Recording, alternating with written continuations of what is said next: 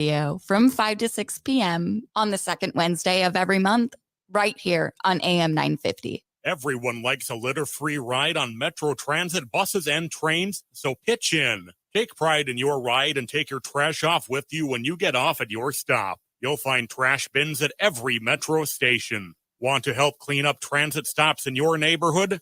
Join the hundreds who volunteer to adopt a stop and keep it picked up. Learn more at metrotransit.org/adopt-a-stop. That's metrotransit.org/adopt-a-stop. As we age, it's important to invest in our health and to help protect it. Like the flu, COVID-19 is always changing. That's why it's important to stay up to date on your vaccines. By getting the flu and COVID-19 vaccines, you can renew your body's defenses and lower the risk of getting sick. Get your health boost and protect yourself against the flu and COVID. Find vaccines near you at vaccines.gov. Again, that's vaccines.gov. Vaccines.gov. Hey, Cudahy to all my friends and relatives in four directions. This is Robert Pilot of Native Roots Radio presents I'm Awake. I'm here to ask you for your support. Finding honest Native-centered news is not easy. But with your support, we're able to provide accurate information about Standing Rock, Line 3, treaty violations, and COVID-19 in our Native communities.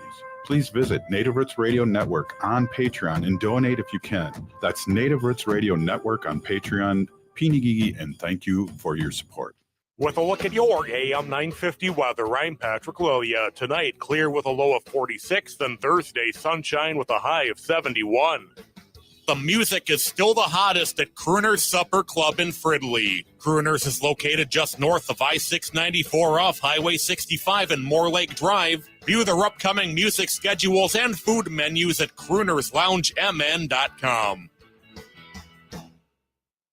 Portions of Native Roots Radio may be pre-recorded. It's a good day to be Indigenous. Get up, stand up. They are going to become more brutal. Couldn't cut, hitting cut again. Because all the hippies were trying to be Indians anyway. They're going to become more repressive because it's a matter of dollars and their illusionary concepts of power. Hey, Victor. We must live in balance with the earth. And also with recent happenings at Wounded Knee. I am awake. Welcome to Native Roots Radio presents I'm Awake, and I'm your host, Wakanja Hade. Hey, Cudahy, we to all my friends and relatives in four directions. You are listening to Native Roots Radio presents I'm Awake, and I'm your host, Robert Pilot. We discuss local, national, Native news and events. And as you know, Chujunk, Native issues are human issues, and human issues are Native issues. Yes, you are right, Digga. This segment of Native Roots Radio is presented in partnership with Little Moments Count, which is a statewide collaborative focused on helping parents and caregivers learn about the importance of brain development in the first 3 years of life. Exactly. We're excited to be partnering with Little Moments Count and to host conversations focused on early childhood development, which is a big thing, Haley, for us here as Wendy and I are new grandparents here.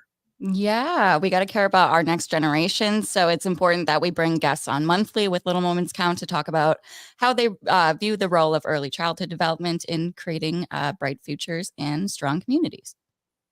Hey, we have our guest here, Fawn YoungBear Tibbetts, and you're executive director of Minneapolis's first Indigenous urban preschool immersion program. Can you tell us the name of that and welcome? Sure. So the name of the program is Wicoie Nandagikendan. We do Dakota and Ojibwe full immersion early childhood program, and we're located in South Minneapolis. Currently, our classrooms, we partner with the Four Directions at Family Partnerships. Our classrooms are on Bloomington and Lake Street. And then our administrative offices are over here on Franklin Avenue. Yeah, wow, that's beautiful. Fawn, can you explain the concept of language immersion to our listeners and how it's implemented at your school, specifically for the Dakota and Ojibwe languages? Sure. There's a lot of research around immersion, dual immersion language as conducted in acquiring a second language. I think our focus is a little different, right? Our mission is to advance Minnesota's Indigenous languages through intergenerational mentorship and immersion strategies in order to nurture a quality and culturally sensitive early childhood education. So we take it a step farther, I think, than most programs. A lot of, Spanish immersion. We have even a Latin immersion program in Minneapolis. Those really follow kind of the state guidelines, and the curriculum is just taught in immersion. The kids may be speaking English to each other. They might be asking. There's no English allowed in our classrooms. So from 15 months until 5 years old, when they're in the classroom, they're exposed fully to Dakota culture and language and Ojibwe culture and language. So doing dual language, but both full immersion. When children are really little, their brain synapses are open and they're learning to communicate. They're learning to communicate through sign language, through English, and through whatever languages are spoken in the homes. And so it's a really great time. Their brains are at a perfect spot to be learning their own languages in a culturally relevant way to them. And so, we, like I said, do things a little different with our immersion classrooms. For example, they do Healthy Hearts, and that's standard Minnesota curriculum at the early childhood level.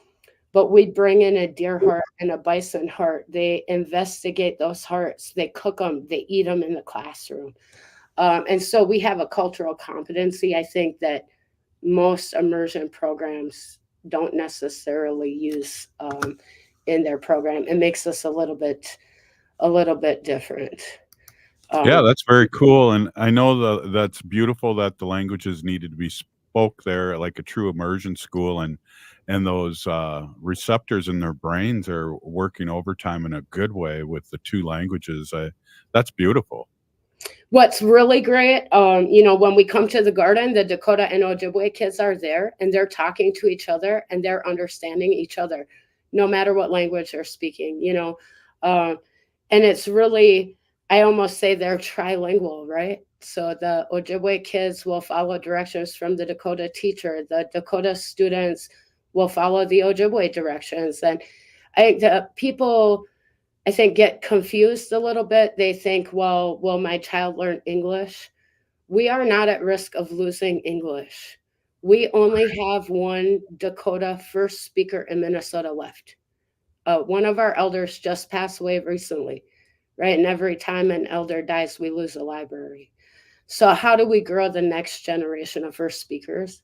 And I think that's where our program and other programs similar to ours come into play. But, the idea is not just speakers. We're informing life views. We're informing future leaders and how they make the choices that they make. And I think the more culturally grounded that we all are, the better off we're all going to be, especially for this community here in South Minneapolis. Absolutely. And the risk is that we're going to be losing these languages, and we need to, it's red alert time. And I appreciate what you guys are doing with the Dakota and the Ojibwe. And what else are you guys doing with a culture there? I know you talked about the food and talk a little bit about that. So we, initially had started as a language nest, and then we opened our first classrooms.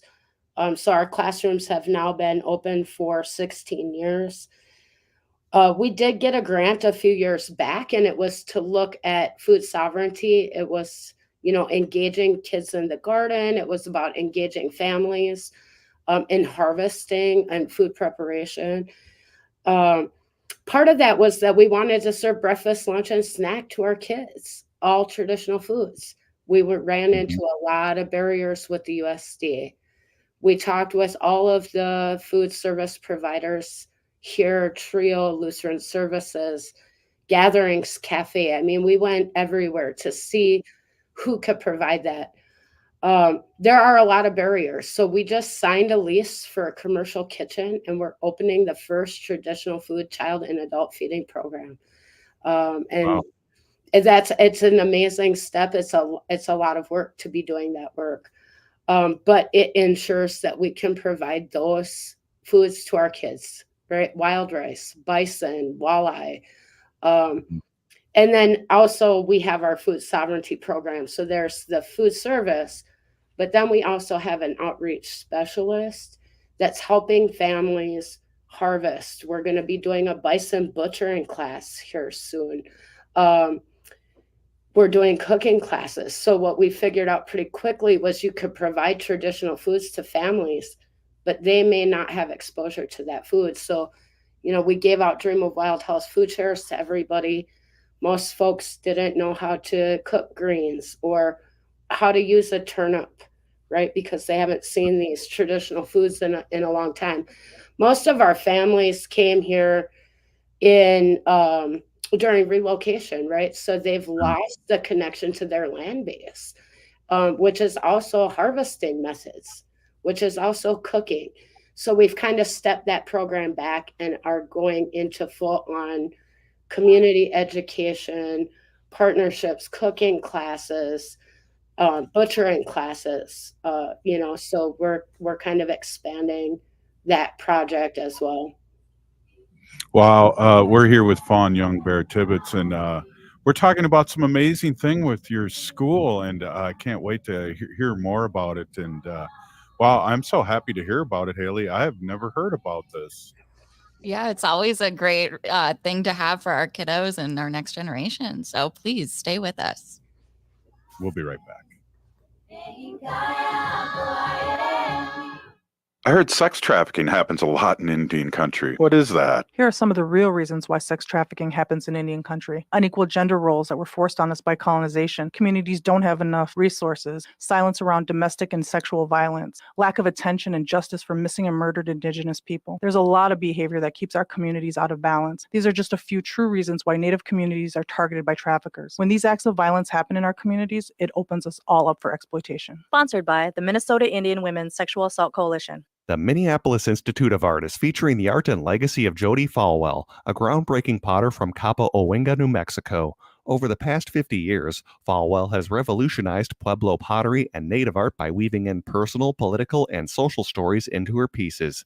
Her exhibition titled Opawa Omung shows the incredible range of her work and the impact she's had on both native and contemporary American art. You can check it out at MIA through January. For more info, visit artsmia.org. Indigenous communities face severe threats from pollution, impacting both the air we breathe and the water we cherish. Pipelines, mines, and waste incinerators near our homes lead to higher rates of asthma, diabetes, and heart disease. In the Twin Cities, Native and Black communities experience over twice the rate of asthma. Let's not forget that water is life. It's something we must protect as a vital resource and way of life. In Minneapolis, our vote helped close the Smith Foundry and bituminous roadways. Let's continue using our vote to fight for climate justice. Make Voting a Tradition, or MVAT, empowers Native communities by increasing voter turnout and supporting conversations about critical issues like clean air, water, and health. By getting involved, we shape the policies that protect our families and environment. Find your nearest polling location at sos.state.mn.us. Let's make voting a tradition for future generations. That's sos.state.mn.us.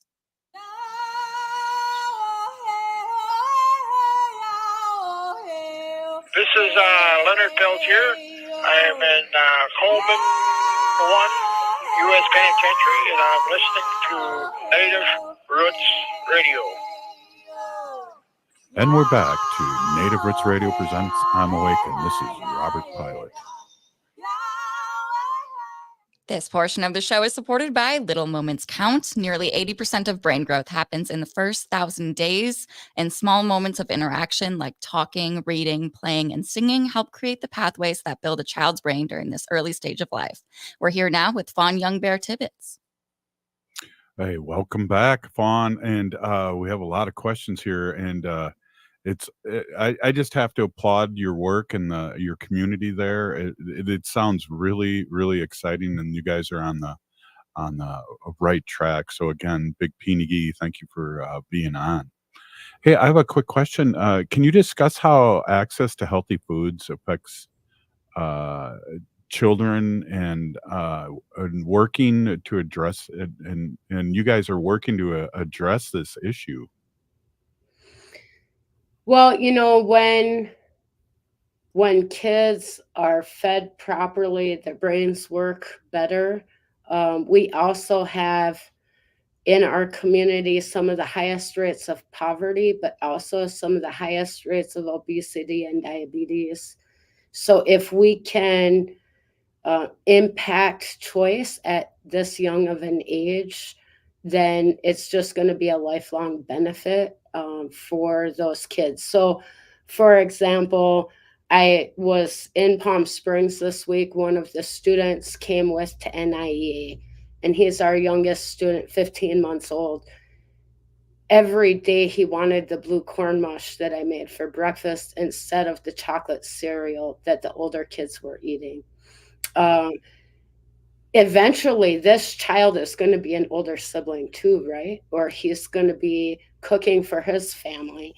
And he'll have all of that in his wheelhouse, right? So part of it is we did a food assessment of South Minneapolis, and a lot of people did food maps right after the uprising and the closing of the stores. Surprisingly, we live in a food desert.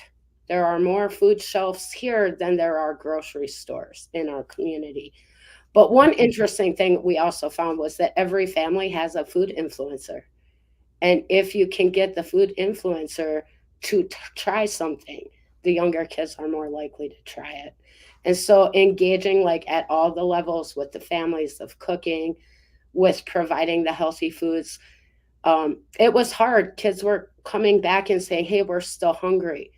85% of our students are lactose intolerant, and their parents didn't know how to get the medical recommendation for no dairy for their child. And so these are kind of some of the obstacles that we're helping families with. We actually have a waiver for the school milk process in with the USDA right now. If they deny it, then we'll sue the USDA over that policy in the state of Minnesota, that all Native programs should have access or be allowed to serve a non-dairy diet to their students. And so that's kind of a blanket statement that we're working with an organization out in DC on, so that not just our program, but all programs in the state of Minnesota, right? But Dote is our K-8 charter school. School milk is their largest school waste because most kids can't drink it. But they have to provide it to be reimbursed their lunches through the USDA. So we're trying to kind of figure out some of these barriers. And then obviously, highly processed foods aren't good for brain development, right? We're learning about all this red dye number 5 and behavior disorders that come out of that. If kids are eating traditional foods, those are not processed. There are no preservatives. So we don't use gluten in our program. We don't use dairy, and we use no refined sugars. We only use maple syrup and agave nectar in our sweeteners. That is totally amazing. Fawn, you talked a little bit about food influencers. How about what do you have to do to have the parents buy in? Because I know that's a big portion of influence too. And how's that go on? So I think a lot of that is opportunities for them to try new foods. So if they know their kids eat it in the program, they're more likely to try it at home. Instead of giving out the food shares like we did last year, we're doing like native HelloFresh boxes. So it's quick, that the meals can be prepared. We'll step it up. There will be a QR code. You can see the chef cook the food. So we're going to be doing a bison taco box. This time we'll make the pico. The next time you're making the pico.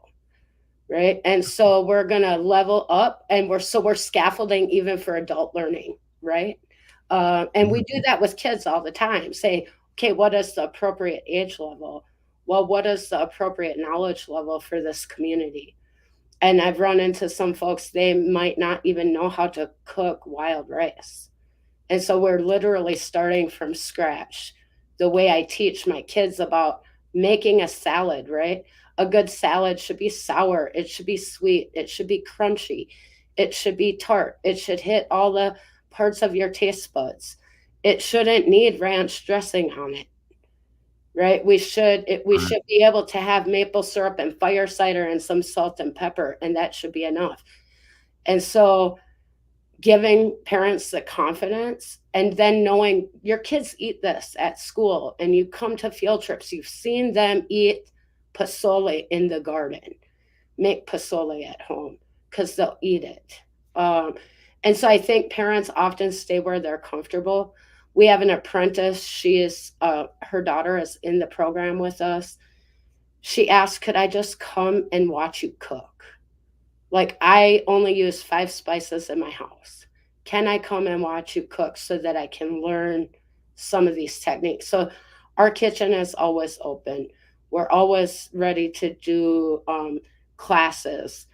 We have, we do a lot of ceremonial food production. So if there's, a funeral, we often sponsor that. We've got donations from hunters.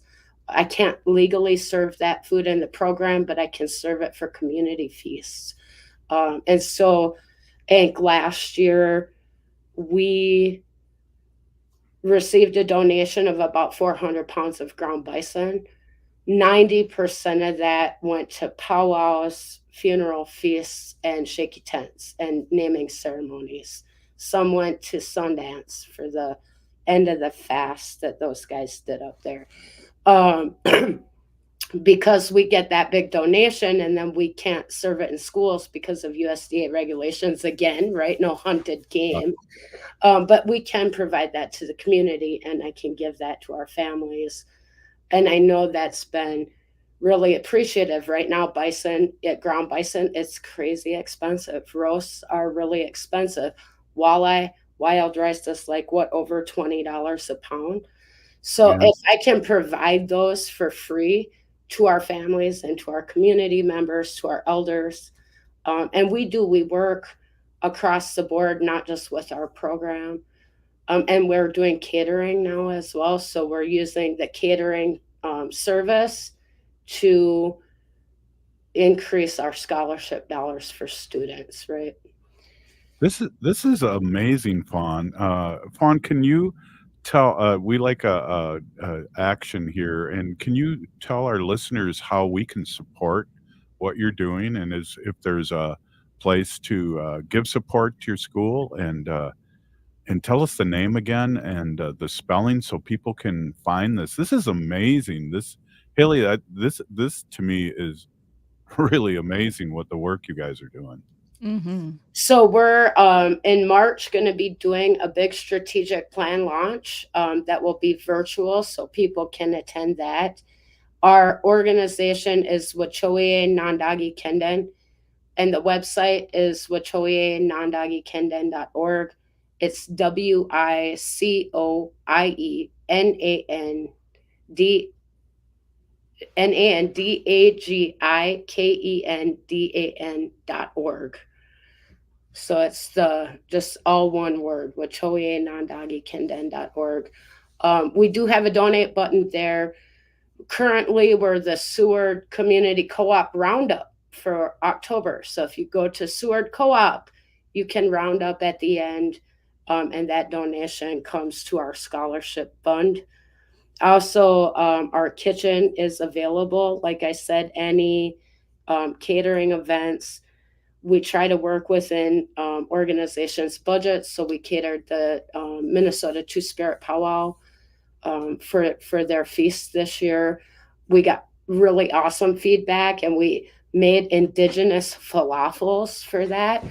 So we're always expanding the menu. We're always testing new things. And that's a great way. If you have an event and you'd like us to cater your event, know that all that revenue goes to 100% to scholarship dollars, as well as obviously donating directly on our page. We'll be on Give to the Max as well. And if you're not local, I would say support an immersion program in your community for your language, wherever you are. All of our immersion schools basically are 100% grant and federal funds. Some get state funds, but very few of us. So, enroll your child, sign up for one of our classes, come see me in Cedar Field when we have that bison hanging up out there. Wow, great work, Fawn. And I was at the Two-Spirit Powwow, and I did eat your food. Delicious. Thank you so much for being on. This is amazing. We got to get you on again. This was we could just do a whole piece on the kitchen. Yeah. Well, Big Teeny Gigi, thank you so much for being on. Thank you. Right on. Hey, this is Native Roots Radio, and we'll be right back after this short break. Oh, wow. Minnesota has the only original wolf population in the continental United States. And 80% of Minnesotans believe the wolf should be protected. Howling for Wolves is asking Minnesotans to respect our true wildlife manager, the wolf. Their survival is critical to our ecosystems, our communities, and even our economy. As highly intelligent animals with strong social bonds, Minnesota wolves deserve to be protected and admired. Learn more at howlingforwolves.org. Let's live and let howl. J&S Bean Factory is a Native-owned, community-supported, cozy, artsy coffee shop which offers roasted on-site beans, live music, and baked goods. Relax in the beautiful outside patio. City Pages writes, voted top 10 coffee shops. Tucked into a quiet corner of St. Paul's Highland Park neighborhood, this coffee shop roasts beans on-site from the best coffee-growing countries in the world. Located at 1518 Randolph Avenue, St. Paul. The good stuff. Every day, our people suffer at the hand of domestic and sexual violence. But you are sacred and deserve to be safe in your own home. Strong Hearts Native Helpline is here to help. Native-centered, empowerment-based, trauma-informed advocates offer safety, sovereignty, and support. Call or text 844-7NATIVE. To chat online, visit www.strongheartshelpline.org. Reach out today. Fossil fuel camps, like pipeline and oil drilling villages, are increasing violence against our Indigenous sisters. Temporary workers from these camps have led to a surge in sexual assaults. In North Dakota, assaults on women rose by 75% after man camps arrived during the 2000s oil boom. We must hold big oil companies accountable for this violence and demand action. By electing leaders that prioritize the health and safety of our Indigenous communities, we can fight back. Our vote is our voice. It's time to use it to protect our people, stand up for climate justice, and ensure a safe future for our next generations. Make voting a tradition, or MVAT, is about strengthening our Native communities. MVAT is here to boost our voter turnout and spark important conversations about the issues that matter most to us. Find your early voting location at sos.state.mn.us. Let's make voting a tradition so we can fight for the safety of our communities. The city of Minneapolis is now on Native Roots Radio with Minneapolis AIR. AIR stands for American Indian Relations. Guest host Christine McDonald talks to people about important things affecting the city's Native communities. Minneapolis AIR dives into topics like public safety, public health, elections, and so much more. Tune in to Minneapolis AIR on Native Roots Radio from 5 to 6 p.m. on the second Wednesday of every month, right here on AM 950. ATNF AM 950, St. Louis Park, Minneapolis, St. Paul. As we age, it's important to invest in our health and to help protect it. Like the flu, COVID-19 is always changing. That's why it's important to stay up to date on your vaccines. By getting the flu and COVID-19 vaccines, you can renew your body's defenses and lower the risk of getting sick. Get your health boost and protect yourself against the flu and COVID. Find vaccines near you at vaccines.gov. Again, that's vaccines.gov. Vaccines.gov.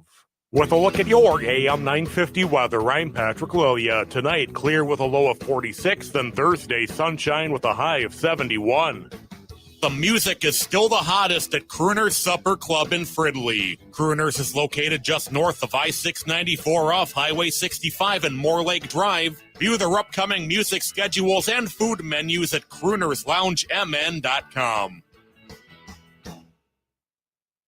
Anine, I'm Lieutenant Governor Peggy Flanagan, and you are listening to Native Roots Radio. Welcome back to Native Roots Radio presents I'm Awake, and this is Robert Pilot. This portion of the show is supported by Strong Hearts Native Helpline. October is Domestic Violence Awareness Month, and Strong Hearts offers culturally appropriate support and advocacy for Native Americans. You can call or text them for free anytime at 1-844-7-NATIVE or chat online at strongheartshelpline.org. Hey, we have a all Ho-Chunk section here now of the show. And we have our friend Arvina Martin on. And Arvina, welcome to Native Roots Radio. Oh, I can't hear. I did that twice today. But hello and thank you for having me. Right on. You're executive director of Emerge Wisconsin, and our friend because we're on civic media, so we're all over Wisconsin. So it's always really great to have you on and talk about the heartbeat of what's happening in Wisconsin. I just have to say this before we get any further and talk about our neighboring state. And I don't know if you saw, I was at a Packers game, and I don't want to talk about it. I saw. And Georgia, what the heck? 300 and what? 400,000 early voters in the first day. Was that the number? I think so, somewhere close to that. I think I heard 400,000, but regardless of the number, it was in fact a record-breaking day for Georgia's early voters. For those of you who hadn't heard, the early voting in person started in Georgia yesterday, and they just had a record number of people show up and cast their ballots on the first day of voting. So, I think this is a really exciting piece of news to hear. It really, I think, shows the excitement that people have for this election, for this campaign, and really understand that there's a lot at stake, and wanted to make sure that they did cast their ballot, including President Jimmy Carter, who was saying that he didn't care about turning 100. He just wanted to live long enough to cast a ballot for Kamala Harris. And he did cast his ballot today. That is so awesome, being 100 years old. Hey, before we get any further, our previous guest knows you. Yes. I see. Reaching for her Hi, mic. Fawn. Hi. How are you doing? I'm doing well. So, yeah, Arvina and I worked. I was the Native vote organizer for Wisconsin during the 2016 election. And then we were in school in Madison together for a little bit there. Yeah, so we kind of go way back. I think maybe 15 years. I think it might have been from 2012, actually. Yeah. So, it's been a while. We've known each other a lot. Yeah. It was great to see you. You too. And I loved hearing about all of the things that you're doing with your program. And I wish that I lived there so I could have you guys cater an event for me. So actually, Ho-Chunk reached out at the Native Farm Producers Conference, and your territory goes all the way up to the Mississippi, which includes East Phillips. So they're looking at potentially doing an urban farm here. So I might be working a little more. Oh, that's really exciting to hear. Yeah, there's just a lot of really cool stuff happening. But I'm just so glad to see that you're with Emerge and to hear what you guys have in your segment. So I'll just close out my little session and say hi, and we can touch base later. But let's get out the information that the folks on the show need to hear. All right. That's so cool. Right on, Fawn. Which? Thank you. That's so cool. That is so cool. We're in such a small community, and I mean that in a good way.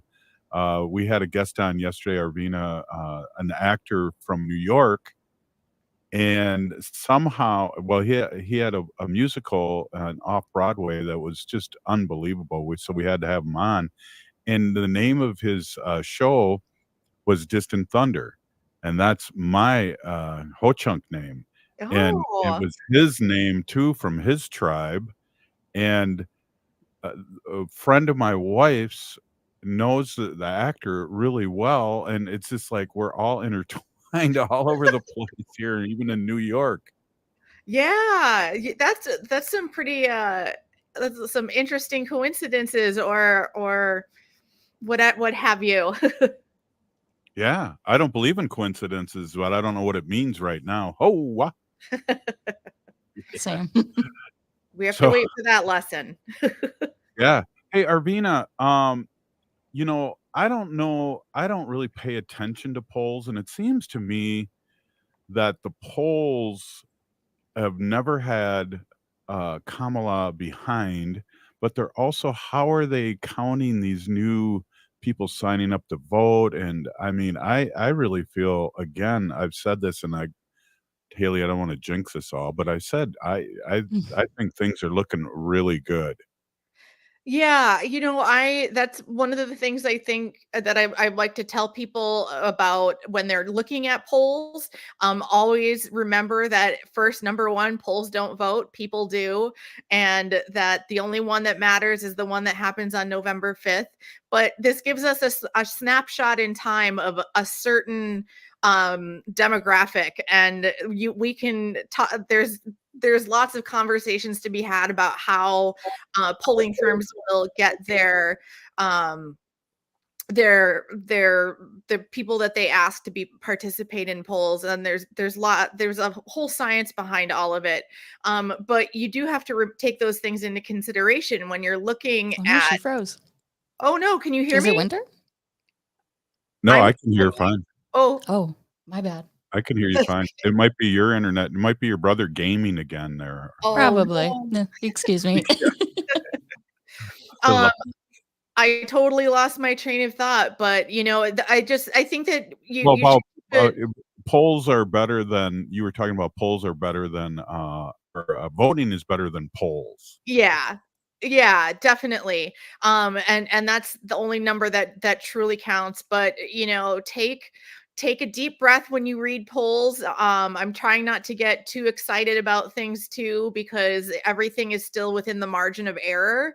But we do have to take things into consideration, like you mentioned, like how are people engaging brand new voters who have just registered into this.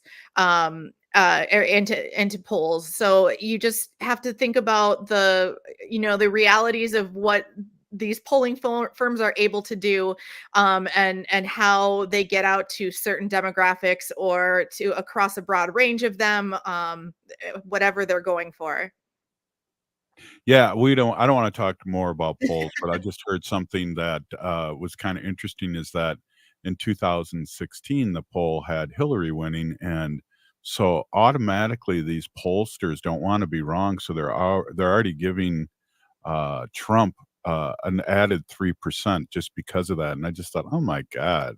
Oh my goodness. Numbers. You can do whatever you want with numbers.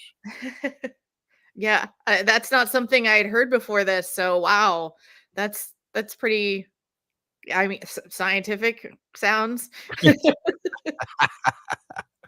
Well, I believe, Kamala and people like Bernie was in town here. I had to go see Uncle Bernie speak, and they're really paying attention. And I feel like it's really, they're paying attention to the right states and the right things, and they're doing what they have to do, and they're also not forgetting the people that support them too. I mean, coming here to Minnesota, which is a blue state, having Bernie come in, that's amazing that the Democrats are paying attention. Yeah. Again, people are understanding the electorate a little, better every cycle. You learn more things, and are able to make better decisions about where to send your resources. And resources include the candidates, but also surrogates, money, staff, things like that. And I think that you would see not only are the candidates and important surrogates reaching out to states like Wisconsin and Pennsylvania and Arizona is I totally just lost my train of thought. I'm so sorry. But where did I leave off? I'll catch it, I promise. I think we all have ADHD, all three of us. Right? There was a spider I was watching on my computer screen, and I was not listening. Oh, wonderful. But I think that you're seeing the resources from the campaign go to the places that truly need it, and where they're going to be received well. Your governor was just in Oneida last week for Indigenous Peoples Day, and he was there, and our governor Tony Evers was wearing a lovely Oneida medallion in the picture as well. So he was there for Indigenous Peoples Day. I know that he did an incredible job based on the job that he did at the Native American Caucus at the DNC convention. He did great. He's going to be back in Madison on Tuesday with President Obama. I'm pretty excited about that. And not to mention the field staff that's been out and deployed to Wisconsin. We have tons of volunteers, labor unions sending out their volunteers to come knock doors here in Wisconsin, because that's how important we are.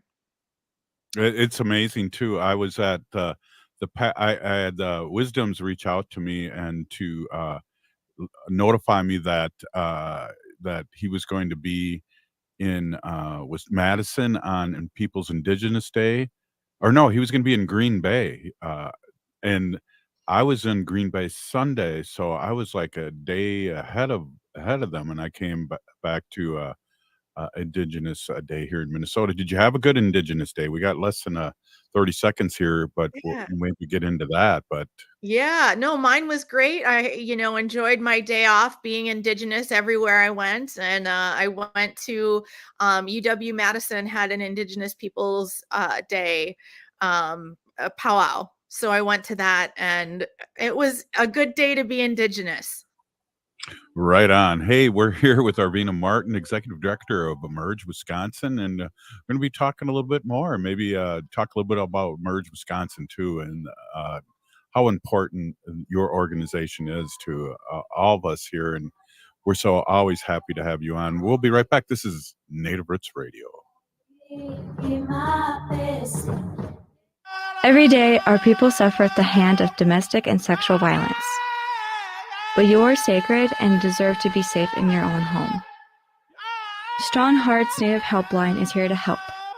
Native-centered, empowerment-based, trauma-informed advocates offer safety, sovereignty, and support. Call or text 844-7NATIVE. To chat online, visit www.strongheartshelpline.org. Reach out today. For nearly 10 years, Make Voting a Tradition has empowered Native American communities by bringing friends and families together to talk about important issues. NVAD is increasing voter turnout and ensuring Native voices shape the future. This election season, skip the crowds and vote early in Minnesota. Elders and busy voters can vote in person before Election Day. Find your early voting location at sos.state.mn.us. Let's make voting a lasting tradition for generations to come. Everyone likes a litter-free ride on Metro Transit buses and trains, so pitch in. Take pride in your ride and take your trash off with you when you get off at your stop. You'll find trash bins at every Metro station. Want to help clean up transit stops in your neighborhood? Join the hundreds who volunteer to adopt a stop and keep it picked up. Learn more at metrotransit.org/adopt-a-stop. That's metrotransit.org/adopt-a-stop. Some people won't give you the real talk on drugs, but it's time we know the facts. Fentanyl is killing people. It's a powerful opioid, often made illegally and commonly mixed with illicit drugs. It can even be pressed into counterfeit pills that resemble prescription medications. Just 2 milligrams, about the size of a few grains of sand, could potentially be lethal. This isn't an ad to scare you, but it is an ad to make you think twice. Get the facts. Go to realdealonfentanyl.com. This message is brought to you by the Ad Council. Hi, I'm Jane Fonda, and you're listening to Native Roots Radio. And we're back to Native Roots Radio presents I'm Awake, and this is Robert Pilot. This portion of the show is supported by Howling for Wolves, protecting wolves for future generations. How? I don't know. The simple things make me laugh in life, Arvina. We're back with Arvina Martin, Executive Director of Emerge Wisconsin, and we'll talk a little bit about that. But, a lot going on here in the Twin Cities with Indigenous Peoples Day, and just grateful to be here, and grateful to be Ho-Chunk, and just really grateful that there's so many opportunities now. Like our last guest, Fawn, the things that she's doing there is amazing. And I mean, being a 63-year-old, I don't know if I ever saw this coming. I think that I said this, I think last week regarding natives in Hollywood entertainment, but I think that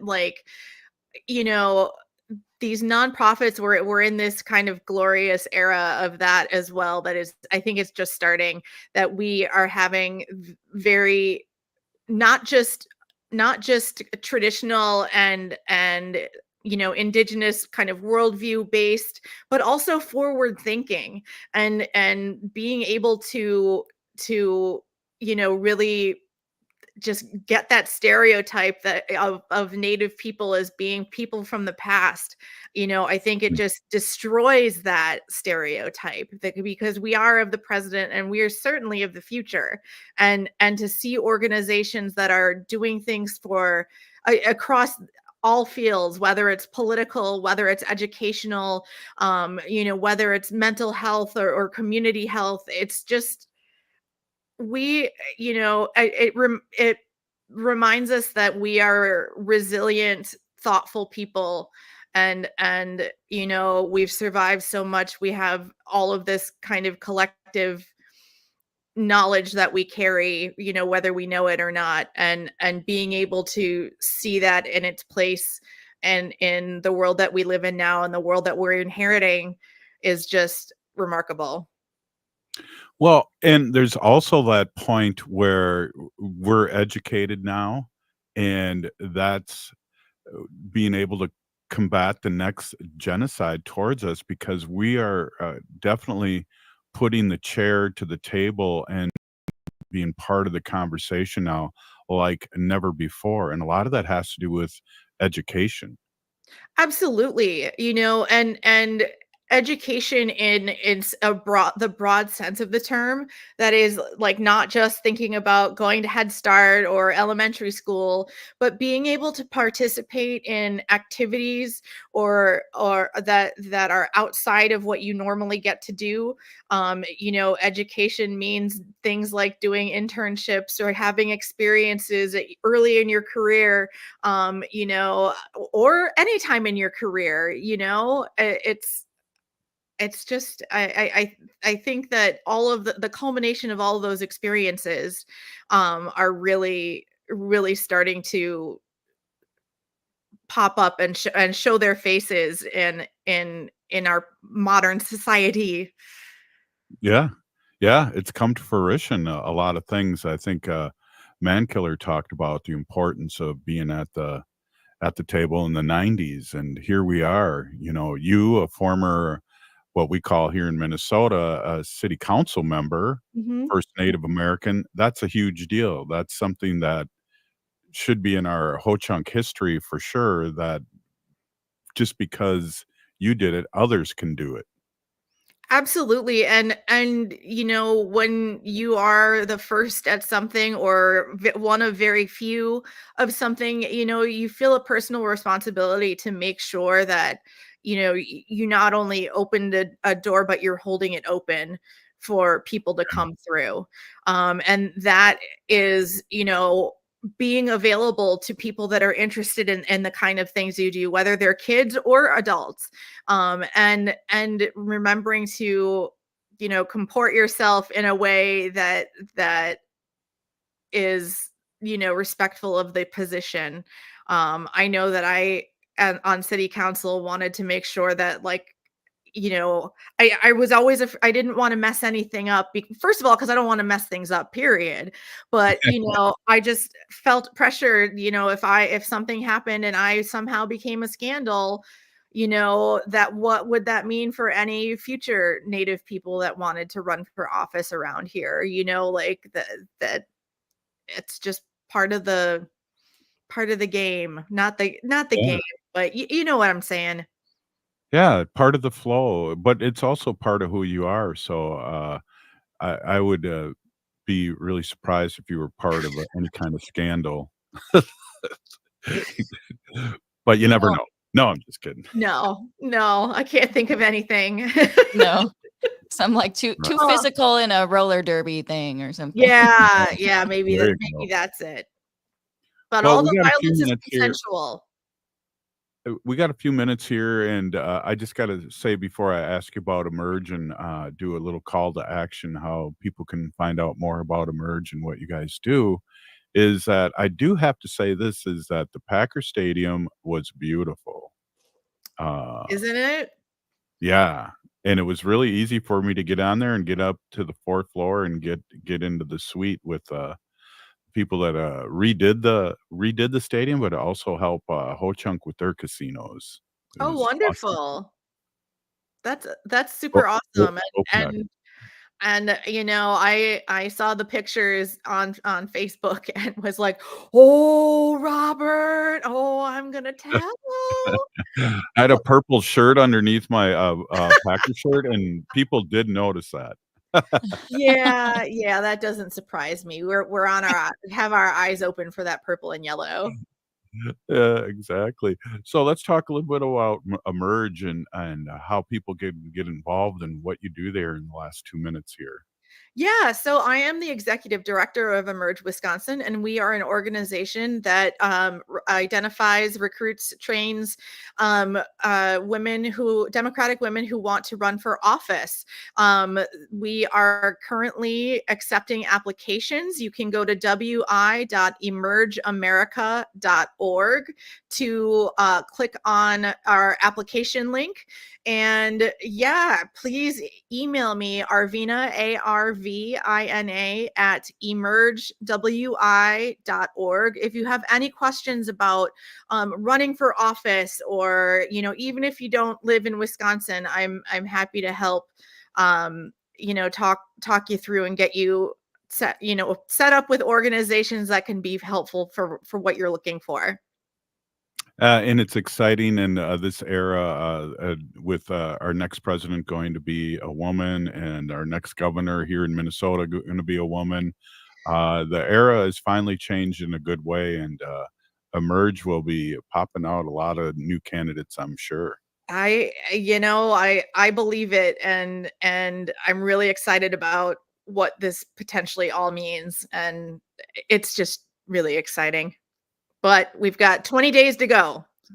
Yeah. Well, I'm gonna try and help as well as I can. First, we have our own redistricting situation coming up here for our Indeed. tribe on Friday, but and I will help people come to the polls and vote in a good way. And also, Wendy and I already voted, and I know Haley did too. So we're open to give out rides to people that need rides to the polls. Awesome. Yeah, I'm glad you did mention that Friday is also election day for us Ho-Chunk tribal members, because we got to make sure we hit those polls too. All right, I'll message you what number you should pick. Oh, wow. I won't do it online here. I might get in trouble. Oh, wow. Hey, thank you so much, Arvina. Again, it's always great to talk to you, and it's great to see our community is small and great, where you're friends with Fawn and things like that. She's doing great work. I really appreciate having Fawn on too today. What a show. Thank you so much for having me. I'm always happy to join you guys. Right on. Hey, we're still here. We are the 7th generation. And free Leonard Peltier now. Indigenous communities